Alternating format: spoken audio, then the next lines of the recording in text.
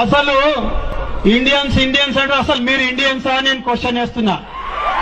మీరు ఇండియన్సా? భారత స్వాతంత్ర ఉద్యమంలో పాల్గొన్నవా? అమిత్ షా తండ్రి గాని తాత గాని ఆంగ్లేయులకు చిట్టి ఎవరు రాసిండ్రు? గాంధీని ఎవరు చంపిండ్రు? ఇందిరాగాంధీని ఎవరు చంపిండ్రు? ముస్లింలు చంపిండ్రా? ఈ బ్యాంకులను ఎవరు దోసుకున్నారు? ముస్లిం దోసుకున్నారా? లలిత్ మోడీ ముస్లిమా? నీరవ్ మోడీ ముస్లిమా? విజయ్ మాల్యా ముస్లిమా?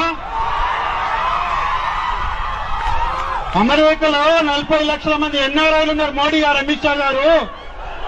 అట్లనే మీ హిందువులు ఇండియన్స్ ని మా దేశంకి వెళ్ళి నీ గుద్ద మీద కానీ ట్రంప్ గాని వెళ్ళబోతే వాళ్ళు ఎక్కడొచ్చి ఉండాలి? ఆ 40 లక్షల మంది ఎక్కడ ఉండాలి? ఇతర దేశాల్లో ఉన్నటువంటి భారతీయులను కోట్లాది మందిని మీరు ఇండియన్స్ మా దేశంలో ఉండొద్దని ముస్లిం దేశాలు వెళ్ళబడితే ఎక్కడ ఉండాలి? ముస్లిం కా ఇరానీ చాయ్ బిర్యానీ అయితే మంచిగా ఉంటుంది, ముస్లింలు మంచిగా ఉండరు. ముస్లిం దేశాల పెట్రోల్ బాగుంటుంది, ముస్లింలు బాగుండరు. సౌదీ రాజుతోటి అలై బలై బాగుంటుంది, ముస్లింలు బాగుండరు.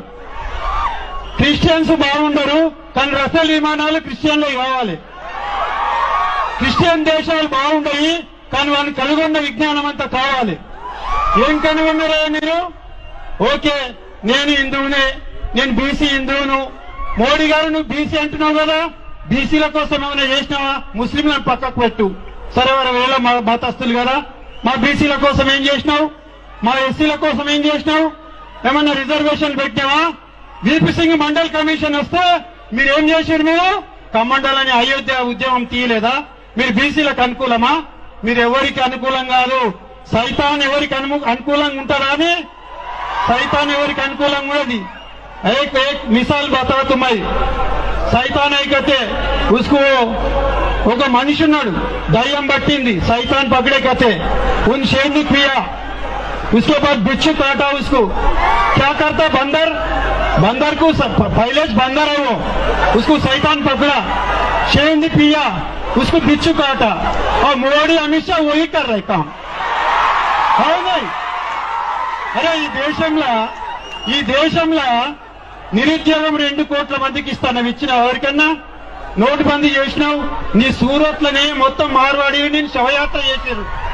సిగ్గు శరం ఉండాలేమన్నా? జీఎస్టీ అన్నావు, జీఎస్టీ వల్ల ఎన్ని పరిశ్రమలు మూతపడ్డాయి? నోటు బందీ చేస్తావు నువ్వు. నోటు బందీగా నిరుద్యోగం బంద్ చేయు, ఆకలి బంద్ చేయు. నిరుద్యోగం బంద్ చేయు, ఆకలి బంద్ చేయని చెప్తున్నాం, అభివృద్ధి చేయమని చెప్తున్నాం. మొత్తము దేశ స్వాతంత్రంలో లేరు వీళ్ళు, దేశ అభివృద్ధిలో లేరు.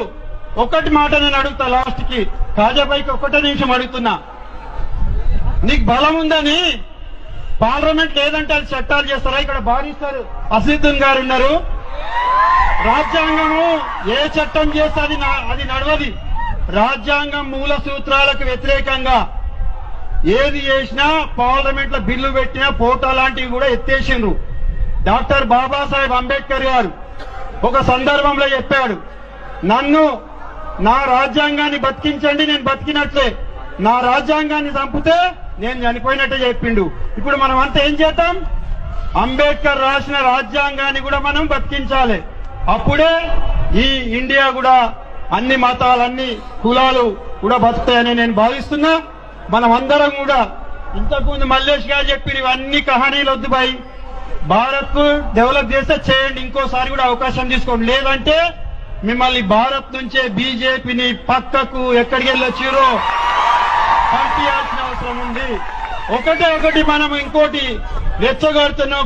కాంచీరామ్ సాబ్ పెద్ద మనిషి, ఒక మనిషి మాకు, నేను గతంలో బీఎస్పీలో కూడా పనిచేశాను. గాలియా దియేతో తాలియా బస్తా, గాలియా దియేతో తాలియా బస్తా. మనం ఒకటి ఆలోచన చేయాలి. ఒకటి అన్నిటికంటే బుల్లెట్ కంటే ఒకటి, వన్ ఓట్ వన్ వాల్యూ. ఎవరికి ఓట్ వేయాలనో మీకు తెలుసు. పార్లమెంట్ లో ఎవరైతే దొంగలు సిఏబి ఉండే, అప్పుడు సిఏబి పోయి సిఐ అయింది. ఆ దానికి ఎవరైతే ఓట్లు వేసిర్రో మీరందరూ గుర్తుంచుకోవాలి. ఎన్ఆర్సీ ఉండాలని, సిఐఏ ఉండాలని ఏవైతే పార్టీలు మద్దతు చేసినాయో ఆ పార్టీలన్నింటినీ భారతదేశం వైపుకు అవతలికి పారగొట్టాలి. ఒకటి జ్ఞాపకం ఉంచుకోండి. కేసీఆర్ గారు సెక్యులర్ ఉన్నారు కాబట్టి మనం ఇంకా సెక్యులర్ పార్టీలతోటి ఈ భారత రాజ్యాంగాన్ని మనం రక్షించుకోవాలి. We are true Indian. జై భారత్, జై భీమ్, జై పూలే.